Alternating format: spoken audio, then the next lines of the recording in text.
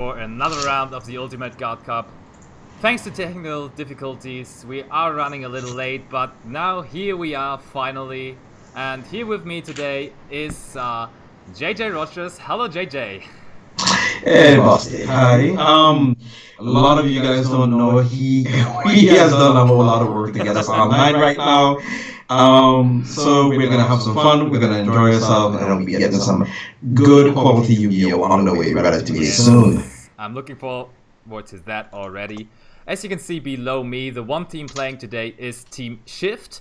And I did not know that team yet, but guessing by their names, I would say that's a British team because they have very British names. I would factor so too. I am also not too familiar with them. I think like going into this whole going into today's casting event, Team Shift and Nefilim Card Gaming is not too known to me, but Basti actually knows a few of them, so that's kind of cool. Yeah. Because on the other side we have Nefilim Card Gaming. And Nefilim Card Gaming has one very successful player, which is Eike Fecht. Eike Fecht, the reigning national champion of Spain. And he was on our podcast as well, on the YPFL talk. So we talked with him about that experience, and that was a pretty funny podcast episode. And we laughed a lot, and he's a very nice guy. But that's kind of cool because there's a lot of times where a lot of the winners and the national champions are not necessarily even native to the country, but you're kind of like, oh, wait, oh, okay, then, you kind of know by association. But it's kind of cool, and it is good to hear. I haven't heard of the podcast yet, but I heard of the other ones they've done before it. So I recommend guys tune in to a lot of this CSL content. It's really good quality content, good quality stuff. Yeah. It is. Actually, at the moment, the podcast is like not really online, I would say. But yeah, for the rest of it, you should definitely tune in there. Yeah, so I hope our judge can hear us because we have a new judge today helping out as well. And the players are allowed to start now, so hopefully everybody starts now because I can already see the game. You're in the room as well, right? Yes, I'm actually watching as well. He's actually watching. He says he thinks he has some issues with doing. Oh yeah, right. Eike is writing that too. Okay. So it seems like they have some problems, but I will just write to the chat. You can start, guys. Good. We can get Hopefully they see. Today it's like a little bit confusing because we had to all of that do it on the fly. Okay, good luck. So they're wishing each other good luck, and they're already performing the rock paper scissors game, and both of them decided for the same. So that's a good start. Yeah, because there's a whole bit of metagaming that they do with rock paper scissors where I kind of find interesting because you can go paper like twice or something. But there's a whole exactly like say right there I would have probably gone paper because it's way less common. Yeah, but what is the theory behind it? Why is it way less common? Because there's a lot of times, people instinctively go scissors or rock a whole lot, but very few people ever go paper because, it goes scissors and then rock. But you can just go paper at the times when they go scissors because oftentimes they go switch over to rock. So there's a whole small mind gaming thing with it, but that's kind of cool. Yeah, like I do like it. In Yu-Gi-Oh! That normally falls out because in real life nobody is actually performing the rock, paper, scissors. I had one opponent, I think at a YCS. I don't remember which YCS it was, but he resisted on actually playing rock, paper, scissors versus me. And I don't know whether it was just because it is in the rulebook. That was his argument. He said, it is in the rulebook, so let's play rock, paper, scissors. Oh wow, he's so insistent about it. It was in one of the older versions of the rulebook, and I think it still is, but I think they usually go with a customary dice thing. So since rock paper scissors isn't necessarily, I guess, isn't chance oriented, you can kind of manipulate your opponent into giving you the first turn sort of thing with it. So I guess using dice is a bit more random, up to chance, and a bit more fair. Yeah, that's true. And we can already see that Eike, who's on the top, as it is usual for our streams, the team overlay today wasn't lucky with us once more. Dueling Book is just pairing them by like randomly, so we cannot tell before who's at the top and who's at the bottom. But at the top, you have the player starting the game, and that is Eike Fecht for Team Nefilim Card Gaming. And at the bottom, you have Carl Walker for Team Shift, and he's playing 43 cards, our Eike. And so Eike already shows us what he's playing. And did you see, Eike did actually win the rock, paper, scissors, right? Yeah. So he decided to go first. Yeah, that's actually a little interesting. I guess because you can go. So say if you're playing Lunar Knights, because there's a lot of options if you go first for playing Lunar Knights. You can actually make Nyarla, Elder Entity Nyarla, into Azathoth, and you can kind of go sort of semi-for Orcus combo with a counter trap. I have no idea how good his hand is. You can make a good first turn board with your a bit of disruption, maybe a hand trap or something. Yes. And you can do that, but I don't know how that is going in the meta. I think with a lot of combo decks nowadays, you probably want to go second more often than not, depending on what type of deck you are. Yeah. So you can kind of push over your opponent's damage, because usually if you go against a control deck, they might end up using Nibiru on you or something. Yeah.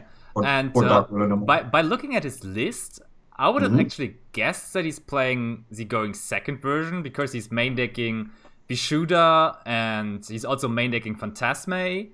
So these are obviously pretty dead cards going first. Like, Vishuda is fine because you still have that extra special summon, but going second is just so much more impactful. But as you said, Lunar Light is just absolutely fine going first with that Azathoth play. And that the cool thing about that, I really, really like that deck as a pick for YCS Ghent as well. I think it's a very, very viable deck. And people in my area in Berlin are actually playtesting it a lot, and they are really, really confident in that deck too. And yeah, you can play around Nibiru with that, which is really insane, because you will have Azathoth before, or it will be your fifth summon. So that's very relevant, to be honest. Yeah, exactly. And so, like, I think I might be taking a hot take with this one. I find the Lunar Knight version and the Cyber Dragon version probably currently the best versions of Orcust currently. Pure Orcust just does not seem strong enough anymore, right? No. The crescendo you can kind of set up is nowhere near as strong as a Lunar Knight setting up a potential Dweller, a potential... Oh, he's using the effect. Okay. Oh, he's ashing... What did he ash there, though? I think he wanted to ash either Chick or Martin, one of the two. So I guess he's ashing one of those two effects. 1 second. But what effect would he be ashing there? I'm not... Can you actually ash the effect of Nyarla? Let's see, you can do it. Not really. No, not really. Not really. Really wondering. I mean, it makes sense to drop the ash before the other pot hits, but I don't think Eike actually used the card to... Did he use the perfume before he summons the other thought? No, right? That would be very, very, very strange to actually get that ash out of the way. That would be like, why would you even summon Azathoth then? No, now the perfume is resolving and it's searching for Tiger. Okay. Yeah, and then a Tiger kind of just keeps them going with a combo anyway. So this is interesting. Oh, it's like, okay. Why wouldn't you even want to... Sorry? Yeah, Chad is helping us out, and he actually ashed Martin's Grave effect. I thought so. So that's to add to the traps. So yeah, that makes sense, because that ash is dead anyways for the rest of the turn, so you have to throw it at some point.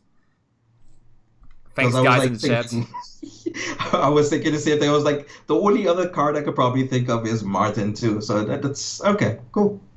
Yeah, that absolutely makes sense now.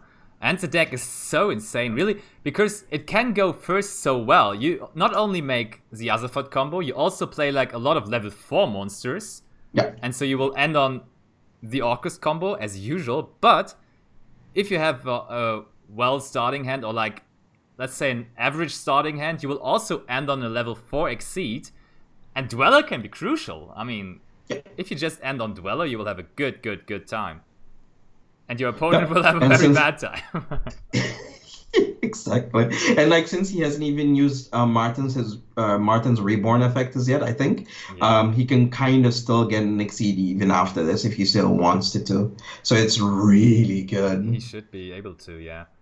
And that really made Danger Mothman a whole lot more viable lately, because Mothman obviously is a level 4, and that really Mhm. helps in that deck. That gives you additional level 4 monsters on the field, which then make level or rank 4 exceed plays possible. Yeah, But for now, yeah, that's like stuff like just the Tornado Arcus play. Dragon. Yeah. I think he probably just could set up a crescendo. He already has the Babylon Grave, and crescendo is all the other thing he can target. He can go for Longrisu, I guess. My Longrisu is pretty risky is here as well, so he probably use Marta. Yeah. Okay. It's so. I mean, that was at the beginning. Nobody knew the lunar light effects, right? And Yeah. nobody knew like where shall I throw a hand trap on, and that lunar light tiger is actually not hard once per turn. You can just bounce it and activate it, the effect again, and that's just insane. And as soon as you realize that, you're like, how can you do so many things, and how can I actually stop it in your turn? Because it seems like all the combos cannot be stopped by anything. It's just insane. Because if you would throw Ogre on the Tiger, which seems to be good because the Tiger is important to reborn everything and so on, the monster effect of Tiger actually activates, and that will reborn a monster. So good job, guys. Exactly. Because it does the same thing, and none of them are once per turn. This makes the deck so good, like so insanely good right now. Yeah, really. Because this basically like the warrior engine of the old Orcus format, like sort of needed like extra extenders. So you sort of had the warrior version versus the Moonlight version. Yeah. You primarily played the warrior version because you had fog blades and stuff, but the Moonlight version is a lot more superior now since you can do stuff like this. You can make Dweller. It's so easy. Yeah. And let's not say what his opponent, Carlos Walker, is playing yet, because it is possible that he's not revealing it to Eike in this duel because he will just scoop facing that Dweller. But yeah, it can be a really, really hard time just playing through a Dweller on its own. And it will at least rob your opponent of the battle phase, because you just have to run over the Dweller because it hinders you, or because you have to somehow clear it away, and then you have a monster laying on the board which is doing basically nothing. And then the turn after, it is still Lunar Light Orcus, which can OTK so easily and can OTK through multiple interruptions even, and it will be very, very hard here in this situation. And that is the awkward thing about playing that deck. If you expect that deck to be really, really good at YCS Ghent, you will have to be prepared for the mirror match. Yeah. And the mirror match in this game, or in not in this game because we don't know yet what Carl is playing, but the Lunar Light Orcus mirror match is like really dice rolly, I would say, because going first there is really, really key, because the Lunar Light Orcus deck has struggled to play through Dweller a lot. Yep. Because stuff like Martin, stuff like your Orcus cards are all predominantly graveyard effects, and a whole lot of graveyard effects doing nothing is not a way to win Yu-Gi-Oh! So it's very important to get your stuff to go out. Absolutely. Oh, this is just so strong right now. Because like even if he tries to crash or to kill the Dweller, he has a Dingrisu to protect it. This is so insane. Yep. Dingisu as well is such a powerful card. Leo and I talk about it basically every week, how insane Dingisu on its own is. Like, last format we were always saying, how is Orcus so strong? We don't understand why so many players are playing Orcus, but in this format, like, Dingisu on its own most of the time seems to be enough for a lot of decks to actually win you duels. Just that protecting and sending away effect, and the sending does not even target, and it's just an all-around really, really good card. Exactly, because there's a lot of situations like the format has slowed down by a lot. A lot of decks got hit, Salomon Grid, stuff like that. Oh dear. My goodness! Oh dear, the That one-off. is a card Eike will not like to see. So And he Carl oh, actually dear. baited out the counter trap with the Candina, which makes sense because Candina would have most likely searched for light stage, and then you have to negate that with Crescendo anyways. But that made room for the Mystic Mine. Oh boy. And I will just quickly, I will not tell you guys, but I will have a look whether Eike has it out in his main deck. Okay, Does so he? now I know, but I will not tell you. Because Ooh. otherwise Eike could just watch the stream and, Carl could just watch the stream and be like, okay, now I know what to do. I know what's up. This is gonna be a draw and go game until an out is drawn. I mean, there's sometimes I would say there's sometimes Luna Light decks could probably play a Twin Twister or a Cosmic Cyclone if they're playing against a matchup like this. Because Mystic Mine still being at 3 is a big threat versus an Orcus deck, and I think not playing back row removal when the format is becoming way more control dominant is very foolhardy if you don't put in at least something like a Twin Twister or two. Would be so weird. We'll see. Would be weird. And you guys cannot see the chat of the two players, but Eike actually wrote a nice big event free, so a heart on that Mystic Mine as a direct response, basically. It's like, oh, nice. Like, yes. I love it. I love it. That's my kind of Yu-Gi-Oh! Because right now, like, we don't even know what Martin is playing because you only saw the Candina. So then you could probably think, yeah, it could just be pure Trickstars because Trickstars have a hard time getting over anything that's 18 or higher. So. and Trickstars actually have a hard time all in all at the moment because Light Stage is at 1, which is not a cool place to be in. I saw a Trickstar decklist topping an American regional, but that didn't look like Trickstar at all. I mean, he was playing double Lycoris, I think triple Candina, and double Corobane, or just one Corobane. But the rest of the cards, like, he did not even play Reincarnation, if I remember correctly. And he just played, like, he played Gizmek Orochi, he played Million Eater, what did he play as well? Like, a lot of anti-meta cards, and also he decided to play, what is that OTK card? Grand Maju, he played, so it was like, he called it a Trickster deck, but it looked more like a Grand Maju deck, to be honest. I'm talking about Grand Magi deck and Dingriso. There's a cool little interaction because if you're playing the Stromberg combo or the Stromberg engine, and you play the Wicked Witch, not the Wicked Witch, the I forgot what's the level. Hexeshuder. Yes, the levels. And Gizmek being also level 8, you can also make a Dingriso, which is kind of cool too. The original way of summoning it, right? Yep, 2 level 8s. Yeah, nobody knows. But after that successful weekend from that Grand Maju deck, I think it made 2nd place at YCS Portland. Yep. Now everybody knows, and the deck becomes kind of viable at the moment. I played because there's a... Yeah? Mm-hmm. No, go ahead. No, it's your turn. Go on. No, you. I was gonna say, like, you're exactly right, because the deck is so good at being able to push the extra damage because it can play stuff like Eder Millions, Gizmek, and it has so much reach against a lot of matchups. Yeah, and I wanted to add to that I played a regional at the weekend, and there was also, I only saw one Grand Maju deck in the whole room, and it was 60 players, I think, and he was undefeated in the last round, and obviously made top 8 and top with the Grand Maju deck, so that's a very viable choice. And I actually played Pure Endymion for the event. And I'm like super scared of Grand Maju because you build up a board with multiple negates, like 4 to 5 negates, and then your opponent just drops Grand Maju, and that effect does not activate, and you cannot do anything against it. It just attacks over your monster, and he gives you his hand and says, "Yes, that is game." And you're like, "Cool, that's."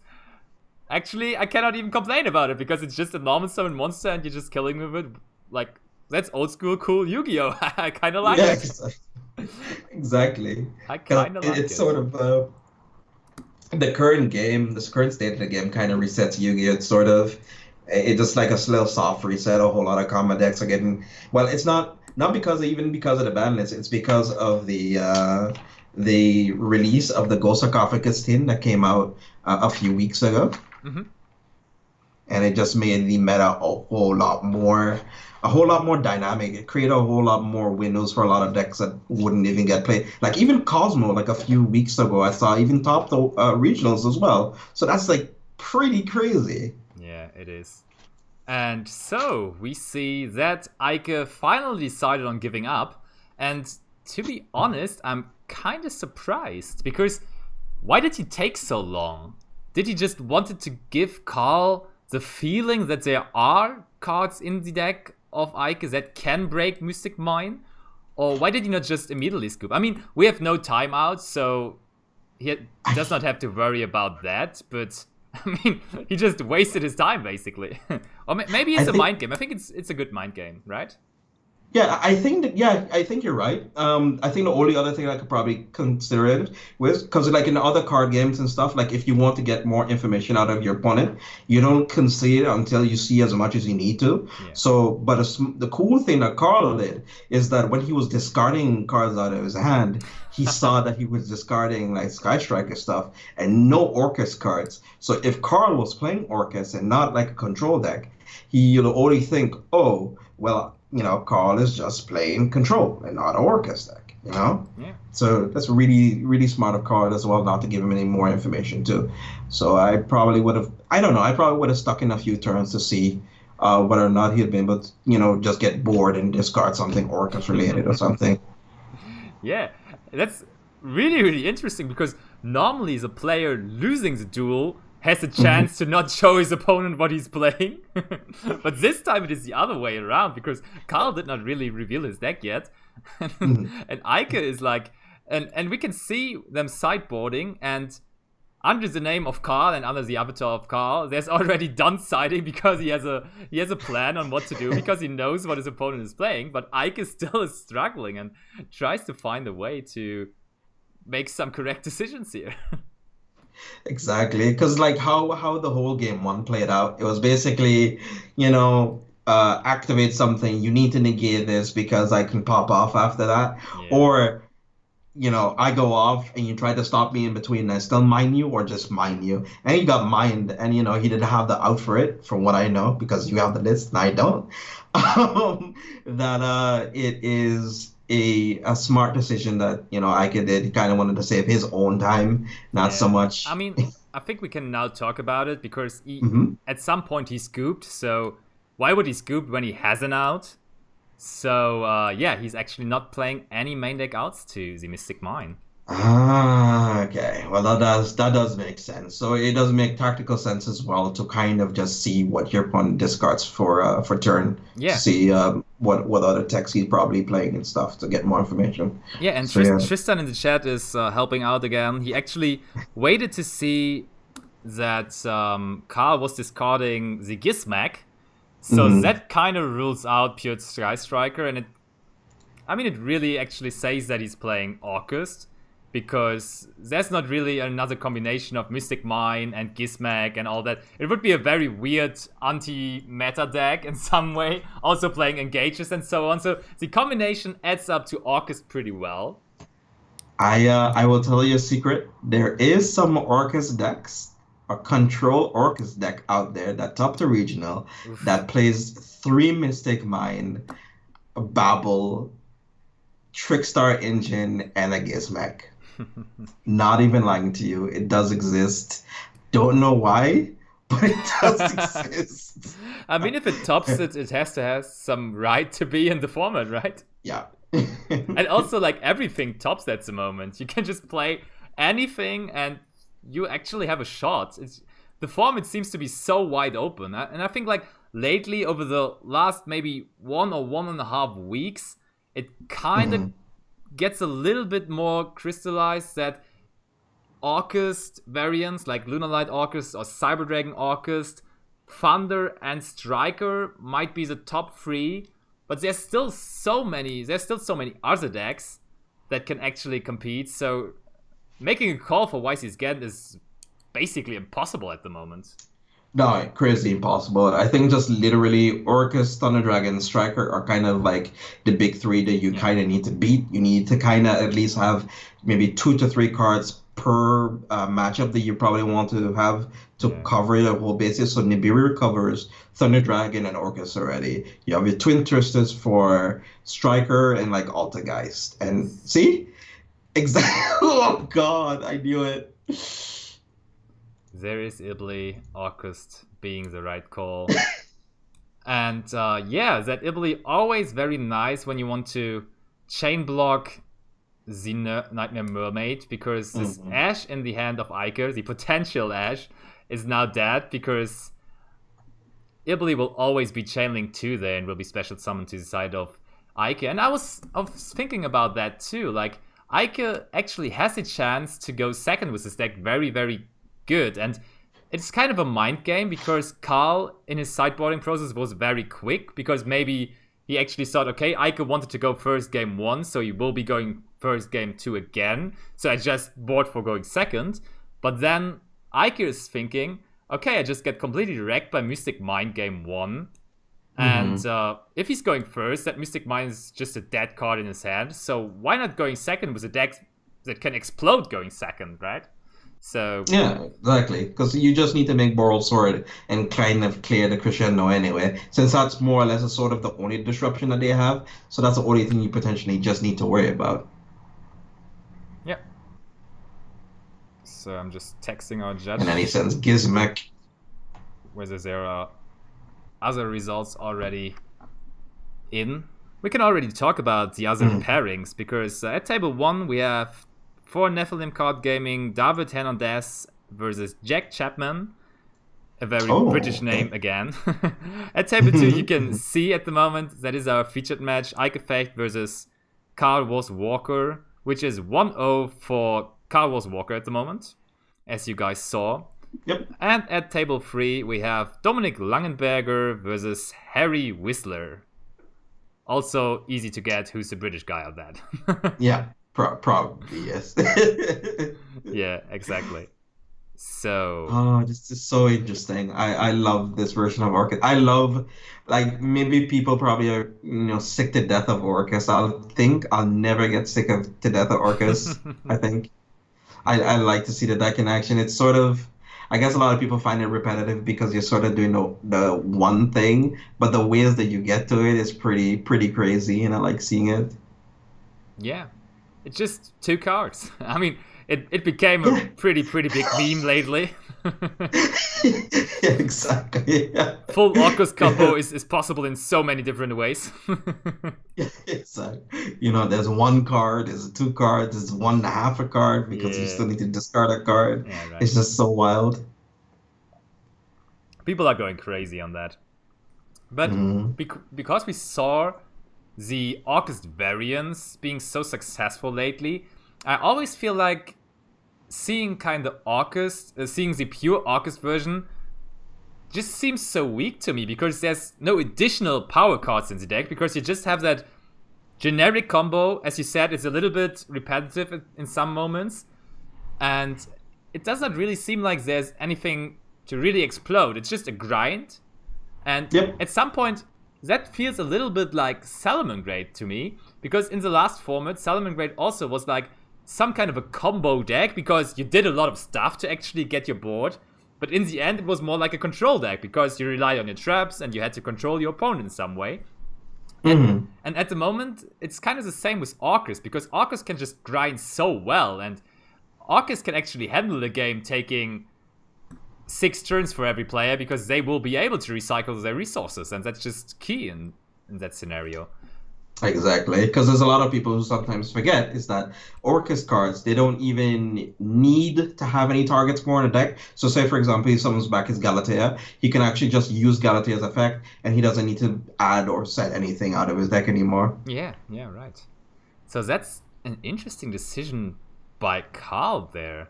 He actually goes into the topologic Bomber Dragon. So the only thing I could probably can think in my head right now is that his hand is either full of hand traps, extra Orcus Nightmares, or like extra brick cards that he probably didn't want to open out with. because this it seems very, very weak if uh if Eike has like any form of disruption Yeah, to I get rid mean, of this bomber. let's just quickly look into the graveyard of Carl. Yeah, so he basically did the normal topologic bomber dragon combo. So that's Mm-hmm. and I mean after the ban list, people were saying, okay, that will be the standard opening from now on. Oh, there's Yeah. Radiant. I mean, the Gizmek That's still sick. sort of stops like any potential combo plays that you can do, but you still lost your topologic. So that's basically get over the Gizmek or get rid of the Gizmek and you're good. Yeah, and there's Kaleido Chick, as always. Her effect Mm-hmm. is a coast to send the monster to graveyard, and the rest of the effect basically does not matter. So you never really No. want to negate the Kaleido Chick because you don't use what her effect is, you just use her cost. And that brings you the Yellow Martin to the graveyard. Oh, I was about to say, like, say for example, he does Dweller, right? Yes.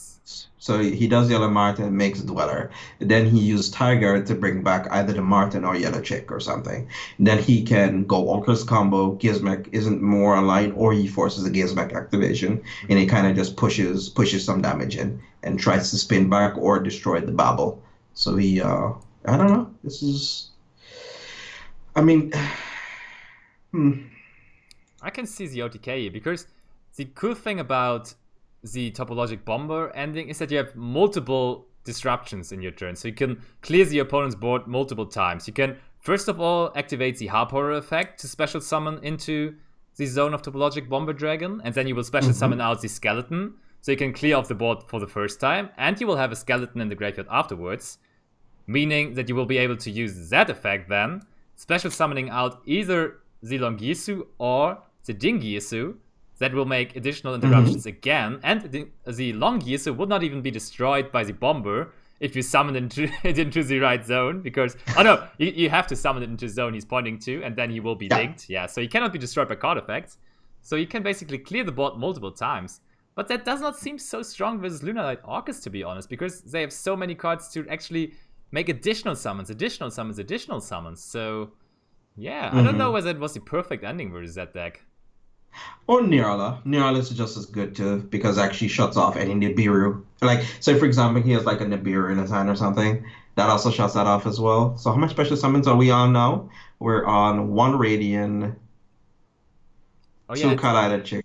He actually has to respond with his Graveyard Orcus effect on that now, because otherwise these are dead too. Yep. So he needs to summon Simple Skeleton off of this if he wants to make a comeback for next turn. Yeah, he kind of needs to, that's true. Or maybe he just goes for Nightmare.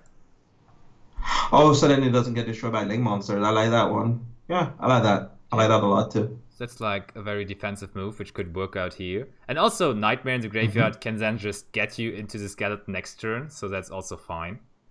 Yeah, exactly.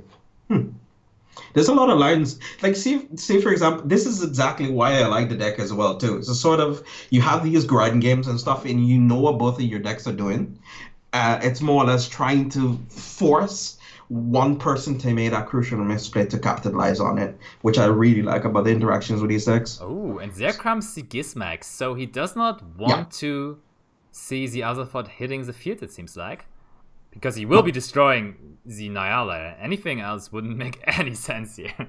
No. So basically he chained... Oh, he didn't? Wait a minute. that really confuses me. Let's just quickly read the Gizmag then. Okay. You can... Yeah, it's a quick effect to just... Oh, no, right. That's not a quick effect. Yeah, you can just do that in your turn. So you cannot interrupt with the Gizmag there. And you can only use one of them. You can only use one of the effects that turn too. Also that, yeah.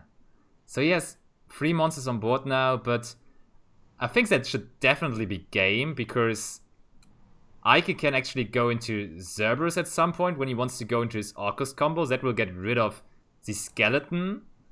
Then he will... Oh no, he can just get rid of the Gizmag, and then you can have a monster out which can run over the skeleton, and then somehow you get into the Boris Sword as well. I can see that being game here. Oh, he's not using the Cerberus. I'm kind of confused by that.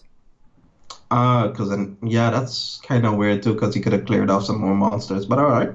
Looks like he's not going for OTK. Oh, he has additional monsters to be brought out with the Lunar Light Trap, so I'm really confused he didn't go into the Cerberus. The 2 cards in hand must be really, really good. Maybe it's like Pancratops now, which is an additional monster. Pancratops would be actually pretty good here. And he would have to special the Pancratops kind of soon, because Pancratops is out of the game after you use your August effects, and he has not done that yet, so would be a good timing now. Ooh, that's a good point in the chat. Like Tristan mentioned that too, that Cerberus looks pretty viable here at the moment. And Evil Frighten responds, probably he's not playing Cerberus. I was thinking that too. Maybe he just doesn't have the space for it. Yeah, and I can just look that up actually. Let me just quickly check the decklist of Eike, and indeed, he's not playing the Cerberus. And oh boy, the extra deck space in that Lunar Light Orcus deck is so tight. Yeah, exactly. Because there's sometimes you actually can also opt for playing Trisbania, which is actually also a pretty viable strategy. Since Trisbania also does give you some reach versus control variants. Yeah. So it's interesting. Because there's some lists who play the topologic version, so the one that Carl is playing, because then you can kind of play back row and play. Is he playing Shave Force? No way. There's no way he's playing Shave Force. That'd be so wild. No. That'd be so okay. Oh, that'd been so wild. Never mind. That kind of ruined my dream.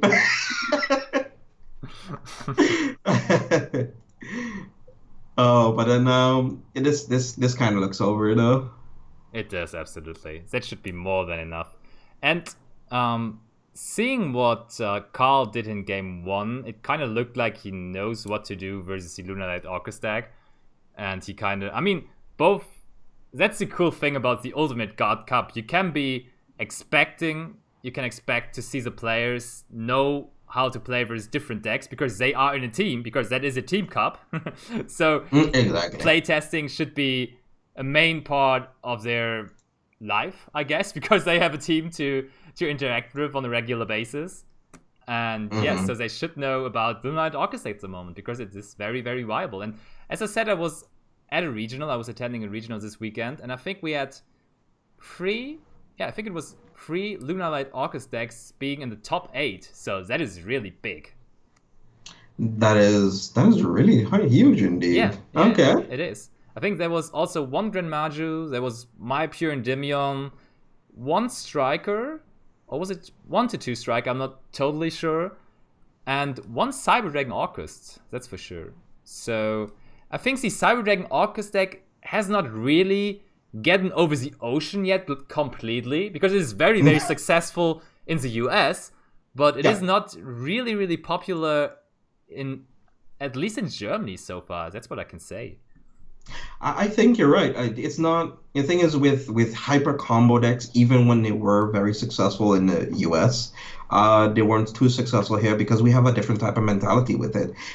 I guess that in the EU we kind of just like playing a more consistent deck. Like Lunar Light. Lunar Light is relatively consistent. Orcus, relatively consistent, pure.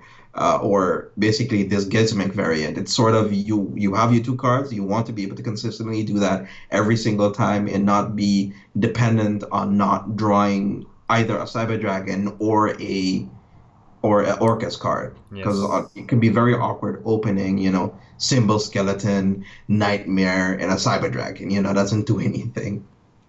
Yeah, that is true. But on the other hand, in theory, that Cyber Dragon Orcus deck just seems pretty good. And when I saw the first deck profiles from the US coming in, and you just saw first place, second place, Cyber Dragon Orcus, and it just crashed. Like the whole format was just crashing, because it seemed like this deck was taking everything in the US. All of a sudden. And I saw very, very competent players from overseas talking about it being like, yeah, that deck can just break any combo board. It's just so easy, because Cyber Dragon was always known to be very, very good with breaking boards, because you have Chimera Tech Fortress Dragon, you have Chimera Tech Mega Fleet. And Mega Fleet is so good in the meta right now because of like Orcus and Sky Strikers and decks like that. So good. Yeah, absolutely. That's just insane. And in theory, that is really, really strong. But I had some... I talked to some players here in Germany, and they really, really did not like the deck. They tested it a lot, and they did not like it. Maybe it's just an experience thing, because they don't feel like comfortable enough with playing a deck they only tested for a week and going into a very, very big event with it. So it seems easier to just play a deck you know for a while. That makes sense. I guess I think it comes down to maybe just, crazy play. I love this. Oh, Duron fighting doll. I like that. And then you special summon. Oh, this is so crazy. And he still did not go into the Orcus place. No, not yet, no. And Eike is writing in the chat, 5 minutes to summon Azeroth because of Lex. Yeah, it really takes quite a while, all the moves of our good friend Eike, but I guess he's getting there. That's fine, no rush. And he's not rushing him. Yeah, and Carl is doing it the British way, just being nice and friendly, as we all know our British friends. Very polite, very understanding. Yes, exactly. Oh, and Eike is even targeting the Raiden with the Orcus Nightmare, so maybe he wants to buff his Boral Sword even more in the end, because that can be relevant. If the attack of Radiant is more, the attack of Boral Sword will be more as well. Yep. Oh, we get our first game in on the other tables, and by first game I really mean only game, because Dominik Langenberger is leading 1-0 versus Harry Whistler, so that means Team Nefilim Card Gaming took the 1-0 there. So that is kind of equaled now, because here in this game, Carl is leading 1-0, and their Team Nephilim Card Gaming is leading 1-0. It is down to a wire. I really want to know what's in Carl's hand at the moment. That really has me focused on that. I think I need to figure out. So he's at 16. Oh, hey. YT Captain Jeff, what's going on? Welcome, buddy. Yeah, nice that you join us on our Tuesday edition of the Ultimate God Cup. It is still top 32. I think it's the 4th match we're streaming from this season. We already had like some really powerful performances. For example, last week, Frozen Card Gaming, a team everybody should know by now, just smashed their opponents with 2-0, 2-0, 2-0. That was really, really devastating for them. Yeah, they were on a tear this whole entire time, and I'm really excited to see how they're going to be doing it this run. And I really am excited to take a look at the other matches that are coming up relatively soon. Absolutely. So now he finally got his Boral Sword on board. So yeah, Eike is pointing out something that's really important, and that is that Daruma at the moment is at 1,600 attack points, because it pushes himself as a beast barrier for 100 points, so he's able to run over the skeleton with that. And that could be key. And he can now just put away the Gizmek with the Girsu, run over the skeleton with the Daruma, and then he has just the basic Boral Sword OTK. Yeah, and that's good. Should be it. So, and Carl even probably if he survives realize it. Or maybe Carl... Okay, there's the scoop. Carl could have had Impermanence, so the Boral Sword couldn't attack twice. That would have been an opportunity. But does not look like it. No. It's always very hard, because at some point I felt like Impermanence is not very strong anymore, and people were cutting out on Impermanences. But now, because of Azeroth being so relevant again, it seems to be that you have to shift back to Impermanence, because Impermanence is a real trap. Unlike a lot of the other hand traps, which are just fake. They're not even purple, they're just monsters. Exactly. Who plays monsters in 2019? Gross. Yeah, yeah. Oh, Evil Frighten in the chat is pointing out that you can just chain Bowl Sword and still attack twice. Yeah. Which just makes sense, yeah. Yeah, you're probably right about that.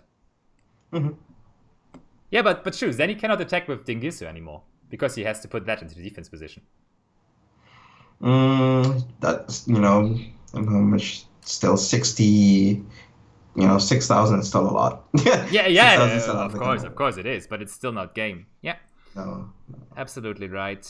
So you can actually play around the impermanence somehow, but you still don't have OTK, so it does what it's supposed to do in that particular situation. I mean, you're still not in a good situation when you have to stop the opponent's OTK with throwing the impermanence on that, but you at least have something. So what kind of side? Because right now, Card is actually taking his time to figure out what he needs to do. Yeah, this time it's the other way around. Exactly. That actually means so. That tells us that Eike just clicked the "Okay, I'm done" button, right? So Eike 100% expects to be going second here again, which is true. We see that Carl decided to go first, but that also tells us that Carl did not expect to go first in the last duel because he had to change his cards out again. So he now has his going first version again. So Eike really did a good job there last game. Yeah, he did.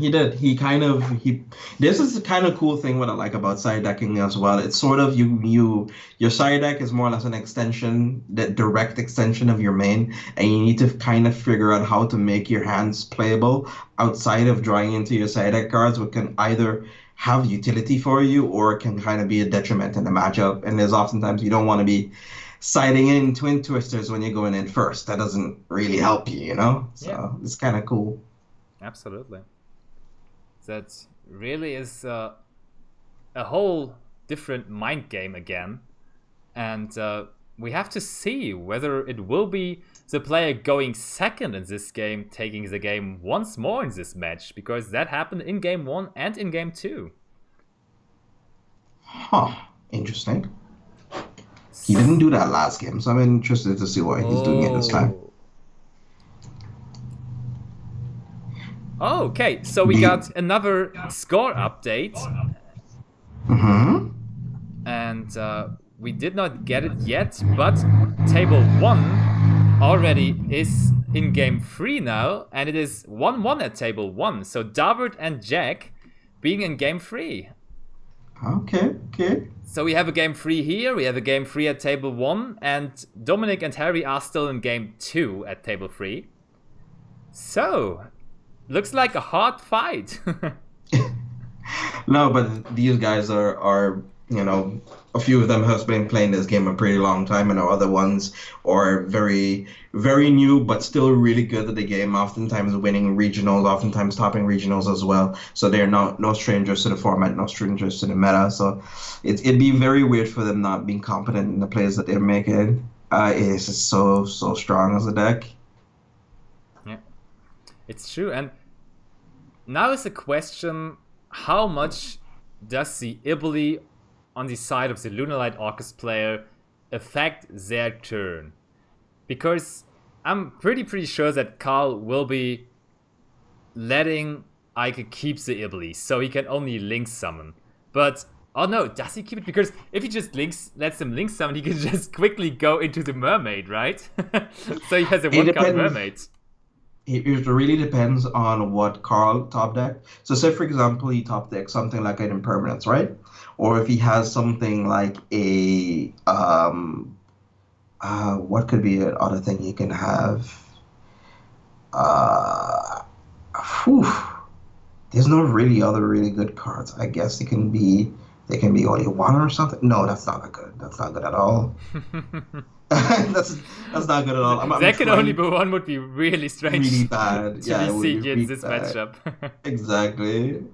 Yeah, but it's like I will just have a quick look into the deck list of Eike again, and I have to say I'm a little confused because he's actually not abusing one of the combos I've been seeing in the Lunalight Orcus decks a lot too, because you can actually, with that big combo deck, also make Griffin turn 1 to either set the Virus, or you can also set Imperial Order, or summon them. You can basically set any trap you want, which can then just blow out your opponent next turn. For example, Imperial Order is almost always game versus Sky Striker versus a pure deck.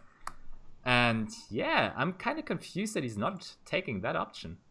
Oh, but there's Winder. So this is probably why he did that then. Okay, this makes a whole lot more sense. Because like if he links into Mermaid, he can't do any more special summons anymore. He cannot even use this the makes a lot Mermaid more effect sense. then, yeah.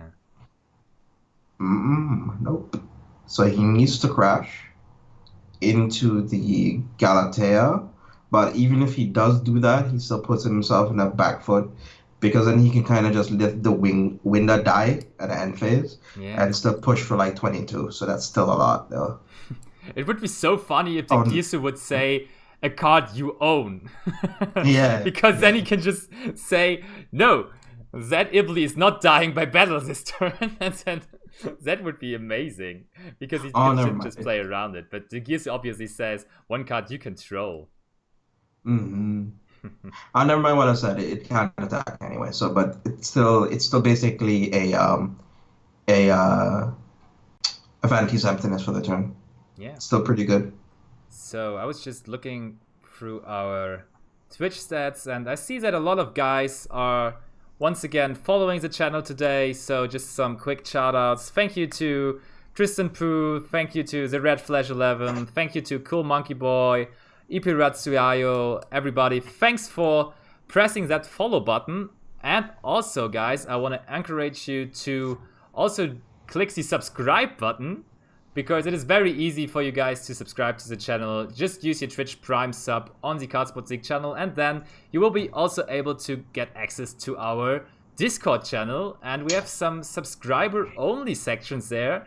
For example, I will be posting the deck list of this match and of all the matches of the Ultimate God Cup after each round, so you can check them out. And also we will be introducing some Ask the Player segments or Ask the Casters segments, so you can talk to anybody. So it really pays off, and you don't really have to pay for it anyways, because if you already have Amazon Prime, just do it.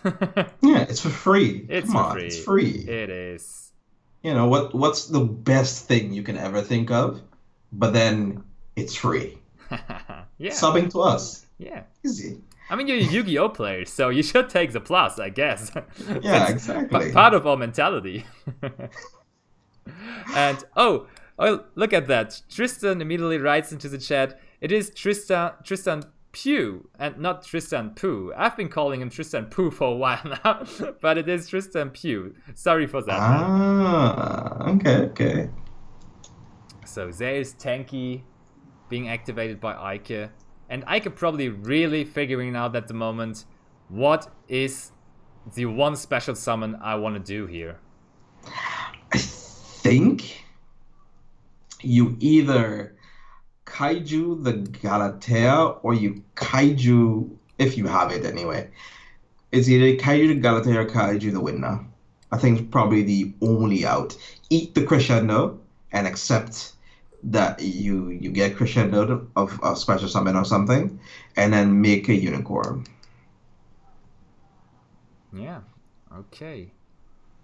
So he's deciding on, first of all, using the Kaleido Chick. And as we said before, there's no real need to ever negate that. No, not at all. So that's just another monster. And now he can maybe go into something else than Mermaid. He could immediately go into... Oh no, he cannot go into Galatea because there's no Orcus monster yet on the field. Oh, and I was also incorrect too as well. He can't even Kaiju anyway, because he can't special summon anything yet anyway. So he needs to link first. But that's his special summon, and even after that, he still can't Kaiju anyway. So he needs to crash first then. That's the only thing I can also think of. That's either that disappointing. Dark Ruler no more if he sides it. Does he side Dark Ruler no more? Let's just see.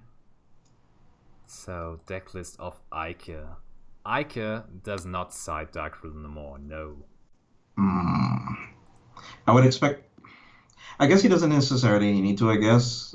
Okay, there is the crashing part we've been talking about for a while now. Just activate enemy controller now, Carl. Oh, jeez, that'd be so nasty. Yeah. It's 18. I actually saw Jesse Cotton playing a regional this weekend in the US, and he played enemy controller in Celebrate. Really interestingly.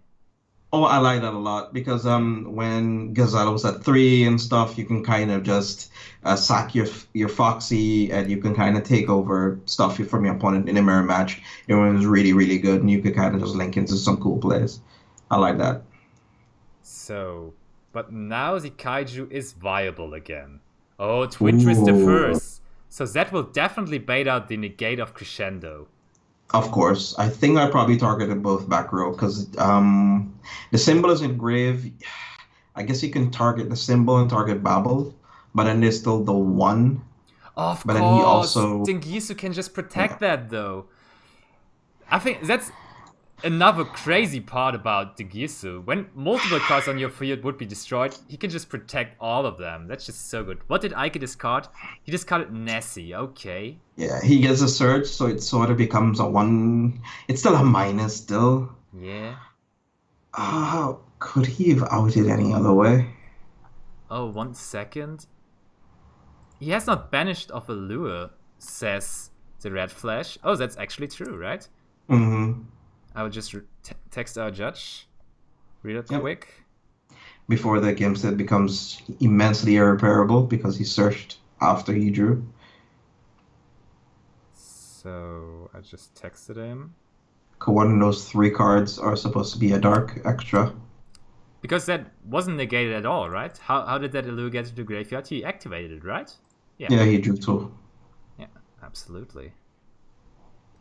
He's drawing extra. So I did text our judge. Let's see whether they find out. Okay, let's hope they stop this in time. Looks like they actually fixed it by now banishing the Jackalope. Okay, God bless. Okay, because that would have... I mean, it's still sort of bad because there's been like 3 cards have been added to hand outside of the but you know, it's whatever. Yeah. So, still no special summon yet. Eike digging through his deck, trying to find a Kaiju, most likely. Because that really seems like the only option he has there. Because what link card would actually help him get rid of that window? He's probably playing Unicorn. Or does he even have place for Unicorn? I'm just looking that up. He's not even playing Unicorn. Ouch. I don't really think you need to play Unicorn in a lot of the... I mean, maybe currently because a lot more floodgates are going to be being played. But, you know, at a time at its peak, I don't think he really needed it. Ooh, and maybe look at it would be that. a really good option. 3 minutes ago, our boy Fafa Yu-Gi-Oh! Actually hosted our channel with 471 additional viewers. So, welcome everybody coming over from Fafa. We are actually in game 3 of a featured match of the Ultimate God Cup, which is between Team Nefilim Card Gaming and Team Shift. And we actually see Eike Fecht at the top trying to break the turn 1 board of Carl Ross Walker at the moment. Yeah, unfortunately, after this special summon, it'd be very hard for him to get over this. Yeah, he really struggles, and he's trying his best, and he already went through some draw effects, he went through Allure, he went through Dangers, and he just tries to somehow dig for an out to that window. We saw him use Kaijus in game 2, so that would be a good card to draw into, and maybe the only card to draw into, actually. I'll just have a look at the list of Eike real quick. He has Pankratops as well, but Pankratops, summoning him in main 2 would not really help because Winder cannot be destroyed by card effects, so he can still just special summon the Pankratops then. And there are the 3 Radiant in his side decks, the 3 Kaijus. So that would be it, I guess. And there we have the scoop. Yep, that was literally the only out to it. I really like the version that Carl is playing currently. It really kind of gives you a whole bunch of reach in different ways of being able to attack your opponent. At you can kind of play mine into the mirror match and force them to play bad and then optimally. And if you're still playing the mirror and you still have to go first, you have the instant fusion option of being able to stop them with Winda. Yeah, that was a really, really good game. And now let's quickly jump over to the other game and catch some more of that. And I already have it on my screen. Oh, yeah, and you don't even have to join that game because as everybody can see already, David Hernandez wins that match, meaning that David Hernandez wins it for Team Nefilim Card Gaming and Carl Ross Walker wins it for Team Shift. So we should really hurry up and try to get to that 3rd game, actually, because that is where it will be decided. So let's just search. We should search for Domenico. Do you find it? Oh, it's Dominic Langenberger. Do you see it? Oh, yeah, I see it. Okay, and the password is secret, but you know it. So let's get into it. And they should still be in game 2, I think. And let's just get it up. There we have it. Hello guys, we see that the opponent of Dominic, Harry, who should be down 1-0, is actually starting this game, and the game is already evolving a bit, but he's in a very good situation having Dingisu and Phoenix on the field, and Dominic Langberger at the bottom just setting 1 card for Team Nefilim Card Gaming. This does look a very tight spot for Team Nefilim at the moment. This doesn't look too promising. Let's see. He does have Gizmek, so Gizmek is obviously going to get summoned. So he'll probably be trying to push for game the following turn, to banishing 8 cards atop. It's going to be interesting to see. And next turn, he'll probably banish the top 3 from his extra to try to pop the back row, see if it's like a Widow Anchor or something. Yeah. But what back row would really... I mean, there's no real back row stopping him here. He can just use the effect of Gizmek. Okay. Oh, Widow Anchor maybe. Like a Widow Anchor could kind of just slow his turn down. So he could probably either steal the Gizmek or steal the Dingrisu. Yeah, but that's just temporarily. Exactly. He doesn't win him. He doesn't win him the game at all. Yeah. And funnily enough, we already see the Tanky being on board, and while looking through the graveyard of Harry, we also see some Lunalight cards. And that tells us that he's also playing Lunalight Arcus. And so we can actually say that Carl Ross Walker, who who won his game, is the only guy of Team Shift not playing the Lunalight Arcus variant. But playing a Gizmek Mystic Mine variant, which is really cool. Yeah. And yeah, that's so funny because both of his teammates actually decided for the Lunalight Arcus. And Jack at table 1 had no luck with it. And also, Harry is down 1-0 at the moment versus the pure Sky Striker deck of Dominic. But at the moment, he's doing kind of well. So let's see. And yeah, right, guys, you are correct. The stream layout indeed now is correct. On top, you have Harry Whistler for Team Shift, as our layout is telling you. And at the bottom, we have Dominic Langenberger for Team Nefilim Card Gaming. Only 7 cards in deck, lol. Yeah, correct. There you go. Jeez. So... let's see then. So he still has... So I guess he tried to turn everything to an attack position and try to push and see if he has any response. I mean, it's For only sure. 6,450. Does that happen? Ugh. Sorry, just a little blackout. Is there anything happening for you at the moment? They're not playing right now, right? They're just waiting. I guess they were asking if the person, David Hernandez, is allowed to spectate. I Okay. think He's got not. it. He's not. He's out of the room now. Mm-hmm. Only our judge and us two, the casters, are allowed to watch the game, and all of you guys shall be watching it live on Twitch, as you do. Otherwise, you couldn't hear what I'm saying right now. So there is Okay. Galatea. Okay. So he's taking damage off the board. Because he has 6,900 damage just now. So I'm very He's- interested to see why he's doing this. Probably, does he have... He has Nightmare and Grave, and Skeleton's still in deck. I mean, maybe Skeleton's still in deck, because there are a lot of face-down banished cards we cannot see. Some of them from the extra deck and some of them from the main, so it's very hard to tell. That's actually true. But if he has Skeleton in deck, he can just summon out the Dingisu, try to pop the back row. Mm-hmm. But I mean, he could have had that easier, right? By just attacking and then afterwards doing all that. Yep. If it's a valid back row, okay, he's now attacking. That is really, really strange. That's interesting.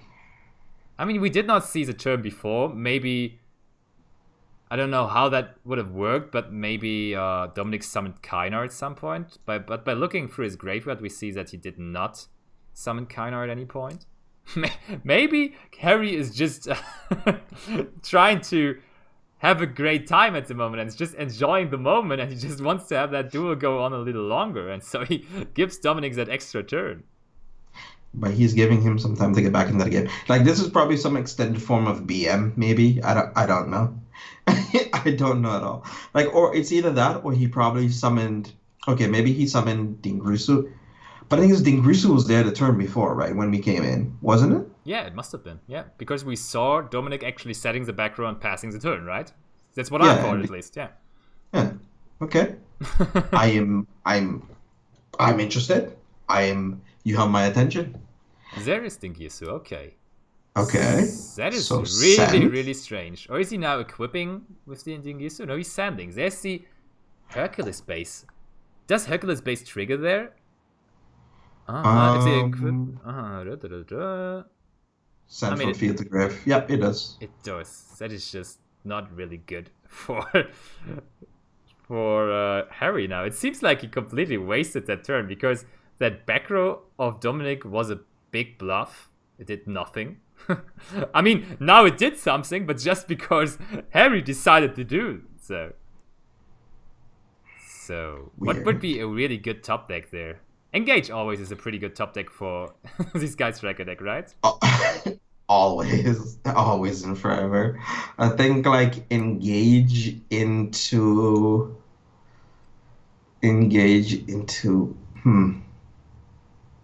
let's see. Engage into wow. Like Ray, Gary. It really depends on your additional draw then. I think you have to have a monster, so Ray probably is the way to go. And he also shuffled back the Kagari, so he would have another engage after that. And by just all the additional cards, he might be able to OTK then if he just gets his hands on 2 Widow Anchors. Oh wait, how many life points does 2 Widow Anchors already would be 5,000 damage, so just searching for 2 Widow... I know you have to go for Ray first, of course, because otherwise you don't get to that second engage. No. But not at all. Unless you draw the Widow Anchor off of the first engage, maybe. That would be insane. I think that would have been very harsh for Harry. I don't know whether he could have handled that. Oh, this time it is a Widow Anchor. Oh boy. Maybe we see a deck out here. Harry cannot finish him off.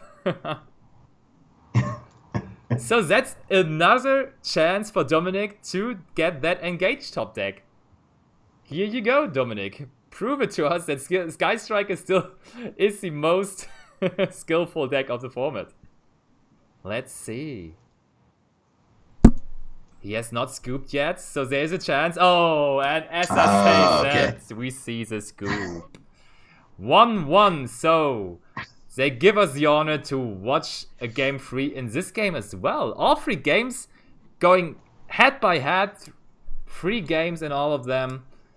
They really don't want to give their opponent anything today. No, not even a mile. Not even a foot to a mile. I just kind of found this game to be a bit interesting because the one we entered in, I guess we can kind of say I kind of thought maybe the play was just to kind of turn everything into attack position and attack with it, but I guess he was trying to play around potential disruption. I guess that was in a grave. Like, was it like a second Dingisu grave that we knew of outside of the one that was in play? No, right? I think there was no Dingisu. Oh, there was one Dingisu because he actually link summoned away the Dingisu to get into that second to get into the Galatea, and then he put the Dingisu over the Galatea again. All right. I will just have a quick look into the sideboards of the players. Yep. Oh, and the first interesting decision that we see is that Dominic decides to go second here. That is really interesting. So he must have a lot of going second cards in his sideboard, because by just looking at his main deck, I did not really see so many going second cards. He main decked There Can Only Be One, which he probably does not keep in going second anymore now. Of course not. Of course not. I mean, maybe he does. When he baits out the counter trap, he can then, at some point in the opponent's turn, flips There Can Only Be One and just clears the whole board. I mean, that's possible, but probably not the way to go, I guess. No. But in his sideboard, we already saw Artifact Lancea being in the graveyard in the last game. He's boarding Lancea, which is obviously very strong, because that is still an Orcust variant, that Lunar Knight deck. And we also see Pankratops, Ash, Ogre. He has a lot of hand traps lined up there. Let's see. Any particular spells or traps that he sides in, you think? You mean Dominic? Yeah. Yeah, not really. Like, only hand traps from what I can see. Really? Okay, that's wild. Yeah. I mean, the good thing about Lancea is it can, not really, but somehow play around Azeroth, because you can just drop it on the summon of the Niella, and then you still have the effect resolving. So it's not that like Ash Blossom or Ghost Ogre would be, because they have to be chained to a really, really specific activation. And yeah, Lancea does not have that, so that's really, really good for him. And now I will have a look into the list of Harry, because I talked about Eike not playing the Griffin package, and when I look into the list of Harry, I actually see that it is very, very, very dangerous for Dominic to let his opponent go first, because he is playing that package. And what do you think about setting anti-spell fragrance, or maybe setting the Eradicator Epidemic Virus versus Sky Striker in turn 1? So free. Seems like a blowout to me. I don't know. In 2 words, so free. Yeah. And look at Just that. like, Azeroth is already on the field. Yeah, there is no disruption. Like, I guess if he wants to go the route of evenly matched, I guess. So, say for example, does he even play evenly matched in his whole list? Nope, not at all. Not at all, nothing at all. And he wanted to go second. Like, Sky Strikers can kind of go second because drawing the extra card gets you the spell cards, I guess. But I don't know. Do you agree with this play, or the idea of going? I really don't, to be honest, because I don't know whether he saw it yet. I mean, his teammate Eike did not use the Griffin package, but when he knows that there is a Griffin package available, it's just such a high risk, because what are you doing versus the Eradicator? You cannot really do anything against it, and all your spells just go to the graveyard, and your whole game plan is ruined because Sky Striker is a spell deck, and it does really, really seem dangerous to me. Yeah. And when you go first, you actually have traps available to yourself, like There Can Only Be One. You also have Widow Anchors. So, yeah. On the other hand, we see a lot of back row removal in the list of Dominic, so maybe he just hopes to draw into back row removal then, and thinks that his opponent is siding in the Imperial Order. But if he's siding in the Eradicator virus, all that back row removal all of a sudden is just useless, because it does not help to chain a Cosmic Cyclone to Eradicator, so... No, not at all, no. Not even a little bit. No. No, not even a little bit. So I don't know whether Dominic is aware of the fact that there could be Eradicator turn 1. I mean, I guess what could kind of happen, or what could be a scenario. So say, for example, he probably has like 3 or 4 spells in hand and still has a Ray, right? So he loses all of those. He tries to survive any not so optimal play that into any optimal board that's being made, and tries to play through that, but that's so hard having to play under Crescendo. Yeah, exactly, because Crescendo always will be there too. If you have a removal for the Order, for example, then you still have to get rid of the Crescendos. So that's basically impossible, because when you already activate the Twin Twister in response to the activation of the Crescendo, that's a counter trap. You cannot actually chain your Cosmic Cyclone to that anymore. So no, it's so risky to go second versus that deck. Exactly. Does he even play Mystic Mind main deck or no? Let me just check that. Nope, he's not. Oh, okay. But as we can see, the hand of Harry wasn't supposed to summon a whole lot of monsters. He did not have the resources to actually get into that Griffin play. So that might work out now, because he only ended on Counter Trap, Dengirsu and Galatea, which then is not really enough. Now I can see Dominic win a lot here, because he has 6 cards in hand, he has the advantage of going second, that extra card in his hand, and he has access to Ray. He has access to Ray. Yikes. That could be K. That it might not exactly be game, but that'll be a very hard way to come back from, because that's the one already active spell. Yeah, it is. Always opening the good spell cards that will let you resolve your engage for drawing as well. Starting with the reinforcement of the army upstart plus terraforming. That's like the holy grail for Sky Strikers. It's so gross. It's so gross. Then just activate engage, and I can actually see, I mean, no, I cannot really see them OTKing here. Sky Striker probably cannot OTK there, because the 2 monsters on the side of Harry only give him some more additional attack points. And Sky Striker can at best put like 3,400 to 3,500 additional attack points on the board in turn 1. Mm-hmm. Usually. But Hayate will be hitting the field here. And that will also give him an additional spell card in the graveyard. If he lets it resolve, but I don't know. But I mean, let's just go by logic. Mm-hmm. Dominic must have a lot of spells in his hand, right? Because he's playing a spell deck with a lot of hand traps. And he did not use any hand traps in his turn 1, so there must be a lot of spell cards, right? Yep. Would be logical, but let's see. Maybe all the spell cards don't really work out too well. But by attacking with Hayate first, that kind of indicates that he really wants to get the biggest value out of his spell cards by just having additional spell in the graveyard. So I think there's a lot to expect from his spell cards in the hand. I think we have at least 1 engage. I'm already calling it. He has at least 1 engage in his hand. Same. I think that is also a decent amount. And I think even after this turn, there's probably still hand traps in Dominic's hand anyway. So even after he they might be surviving this turn. I don't know how they'll be surviving. Maybe 1 or 2 Wither Anchors, maybe an Afterburner activation or something. Yeah. So I don't know. We'll see how this turns out. That's actually true, because he had no hand traps in the first turn, but now with possible engage draws, he might draw into them. Oh, okay. When he's sending engage, that pretty much indicates that he does not have engage in hand, because it would just be the waste of a resource. Oh, and he immediately rushes into the Kagari. So negating the Kagari effect here could be pretty key. So let's see. Does he want to negate it or a here? bait.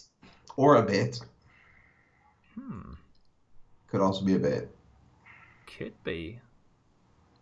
And they're taking some time now, because I guess Harry really has to think about that there.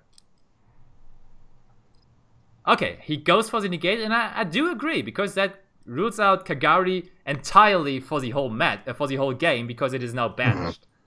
Yeah. And that's a key factor. But, and even if he does do Shizuku here, he can't add engage anymore, so he'll need to go for something else. Yeah. Right. I mean, he can still have multi-roll in his hand and a spell to activate, so he can somehow get into engage then, but Yep. I guess he should focus more on interruptions on his opponent's turn now. So I don't think searching engage is not doing too much for him here. No. Yeah. Tristan, I do agree. Baiting with Kagari really sounds horrible, because now what happened is that the Kagari is banished, as we already pointed out. So that really isn't a place where Sky Striker wants to be in. Oh, and look, he now activates the Anchor. And I can already tell you that will be followed by an Afterburner. It has to be, because now Dengisu cannot protect it himself. See, it was a bait. Wow. It was a bait.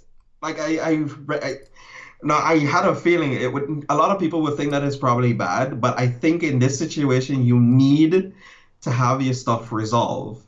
Like, a lot of people don't agree with it, but I believe that this needed to happen. I mean, you kind of make your point by him now resolving an engage with a draw, so that really is very, very good. So I guess nobody can argue versus that.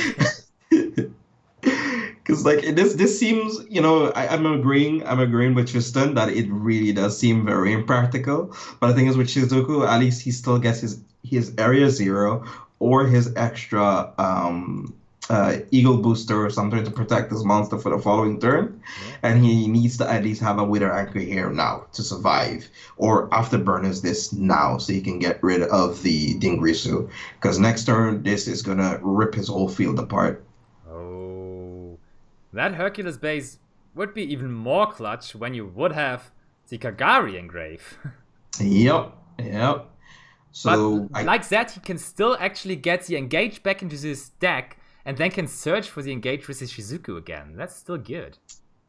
Yeah, exactly. And still have 3 potential spell cards, because Shizuku is going to be able to search exactly what he'll probably ever need. Yeah, he will probably... Oh, man, I mean, now on the other hand, it really makes sense to search for Anchor, because... Oh no, there's still the Anchor and Graveyard. Still Anchor and Engage and Graveyard. You can still set both. Oh, man. So you can search one, set one, and... He can also search for Eagle Booster, maybe. And then activate it, setting Eagle Booster and Anchor, and then have the Engage set for his next turn. Oh, Shark Cannon is even better than Eagle Booster, of course. Did not even think about Shark Cannon. So he gets double use of Shark Cannon now and in the following turn. That is obviously completely the correct play to go for Shark Cannon here. Because he can get rid of Nightmare here, or he can get rid of Martin.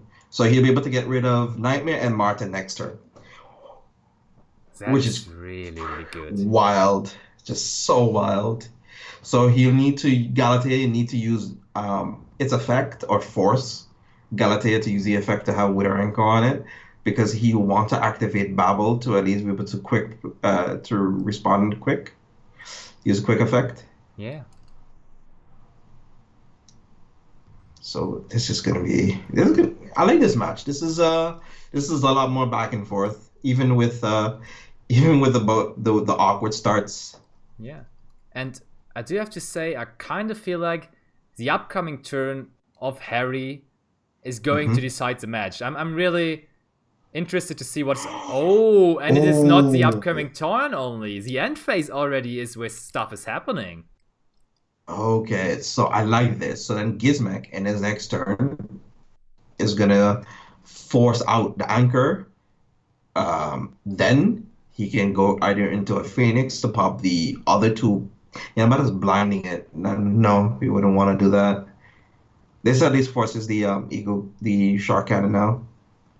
I mean, you will have to target one of the two cards set by the by multi-roll. So it Yep. is a gamble. If you target the Widow Anchor, he will have to actually chain it and probably take the Galatea or the Dingisu. I mean, it's probably better to actually take over the Dingisu, but because that prevents Harry then to go into Skeleton for his turn, because the Skeleton still is under Dingisu. So I think that's Yep. kind of viable.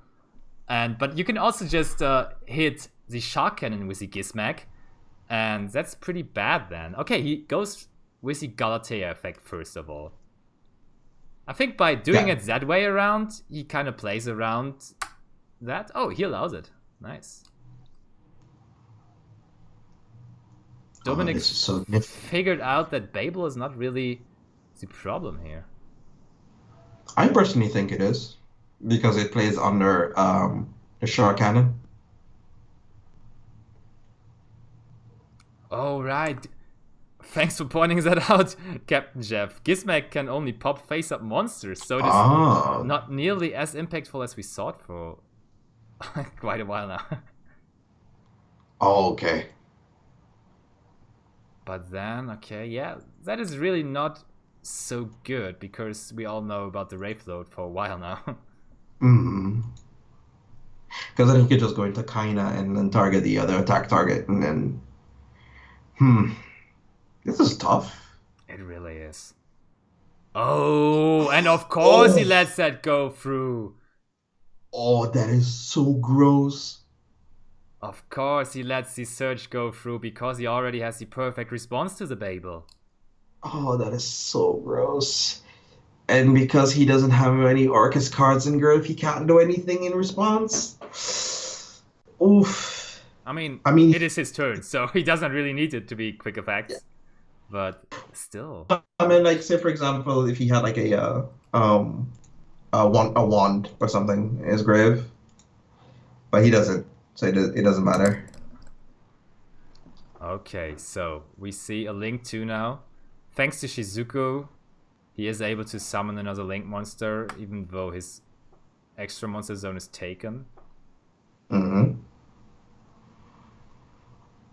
And there's Phoenix. Phoenix is targeting one of the two back rows that was set with multi-roll. So it is really... Oh, and he discarded Harp Horror. That is pretty good for him there. But on the other hand, that is a very good target to be banished with the Shark Cannon, of course. Yep.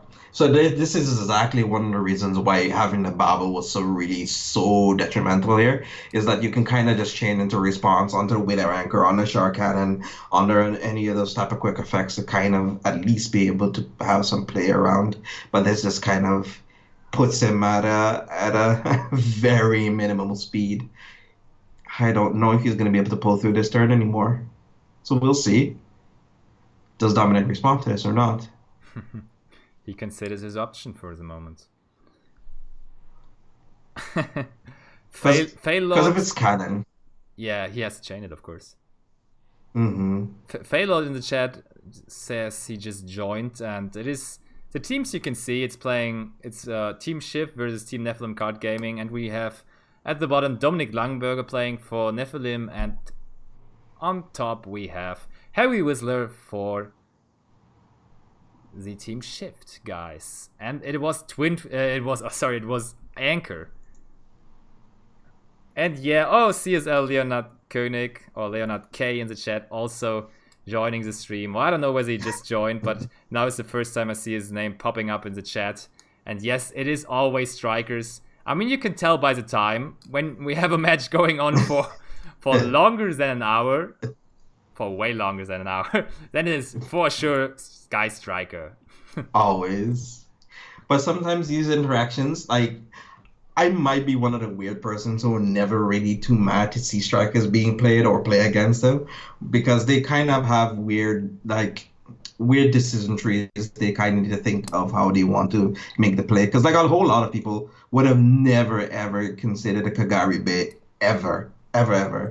Because Kagari is like, your trump card, your most important one, but he baited so he can get the engage to go off, which is crazy. Oh, and there's Kaleido Chick now. So he can get his Lunar Light plays ready now. And he did not use any August effects yet this turn. Ooh, Nope. This could be huge there. And Gizmek, of course, wasn't used in this turn yet because he summoned it in the end phase. This could get OTK, I guess. We'll see how it turns out because because he does have the Kaleido Chick. There's still the Martin. I mean, there must be a way to OTK for him here, I think. If he still has like a perfume, if he has the perfume or the dance, he can special summon out a deck, and he could probably make a Boral Sword here. But that does not stop the Ray from being summoned, though. Yeah, he can at least clear off a lot of the board, and maybe he's able to summon a rank 4. But he already went into League 4 there, right? There is Boral Sword already. Yeah. Okay. Yeah. I'm interested to see how this happens. Okay, well, he does have the Crescendo still, so he can add some banished. But he can still attack twice with the Boral Sword, just taking out all the monsters here. But he already did a normal summon of the Kaleido Chick, though, so it's very... Oof. I'm really surprised to actually see him attacking the Dingisu here. Yeah. Why would you attack the Dingisu? Because the Dingisu will be sent to graveyard now, and the Shizuku is still on the field there. And if you just attack the Shizuku, he will summon Ray, and then you could put the Dingisu into defense position to actually attack over the other monster he's summoning out with Ray there. Mm-hmm. And you get your Dingisu back in the end phase anyways. I think the play that he could probably go off for is take out the Dingrisu, bring back either the Galatea or the Dingrisu back, send the multi-roll, because he needs to get rid of the multi-roll either way. So he needs to kind of hope that the card, the face down card, isn't a form of disruption. He needs to hope for that right now. Yeah, and I mean, the play I was just describing, obviously, suffers horribly from just summoning Kana. Then your plan is also kind of ruined, and your opponent still has a monster on field. So he maybe figured that out. Mm-hmm. Yeah, exactly, Captain Jeff. I was just realizing that too. He also wrote it in the chat, Kana stops Boral Sword. Now he makes the Dingisu, so that makes a whole lot more sense to actually send away the multi-roll, as you were saying.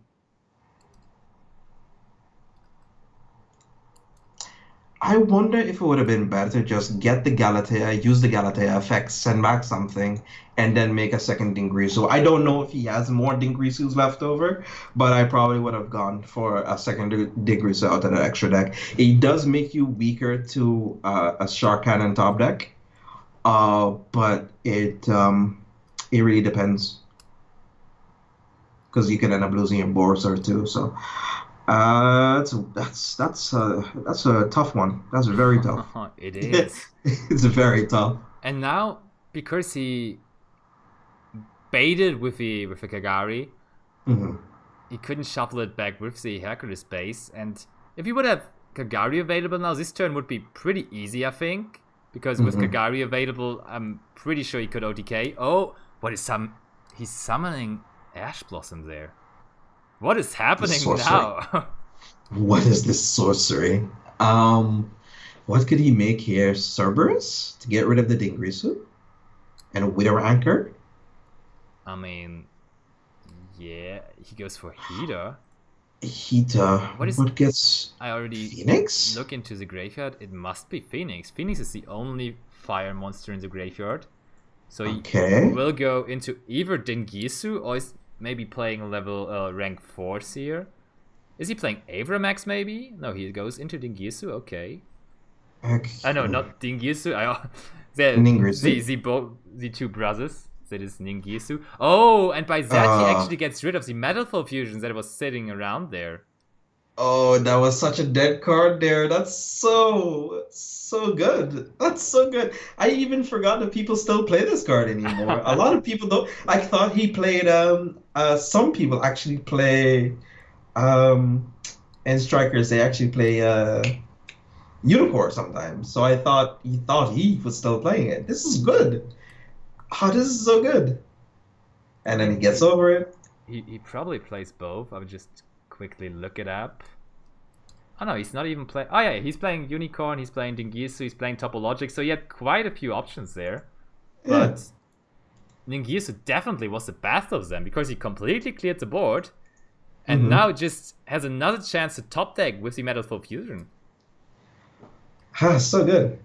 Oh, and yep, Captain Jeff, you might be right. The Dingisu in defense position might be a huge mistake in hindsight. It really depends. Because say for example he leaves a Dingus to an attack, it gets stolen by like a winner anchor or something. Oh, there's Bell on Gizmek and only 4 cards left in the deck of Harry. So I don't know whether he even has a target for the Crescendo in his deck anymore. And he probably does not even know himself. So he has to look it up first. I think I'd probably take the skeleton. I'd use the effect of Crescendo, take the skeleton, set the skeleton, force him to use Ningers to affect the set to do more damage, or to force him to attack over it. Because then basically both of you are playing the grind game, but I think you can kind of get the lead because your Ningrisu kind of kick over his Ningrisu, and you can reattach the skeleton again. So you can kind of win the grind game because of it. Yeah, of course, Crescendo can also take back banished Orcus cards. Oh, but... Really? He's not even going to attempt it? Looks like it. Guys, we have a winner. What?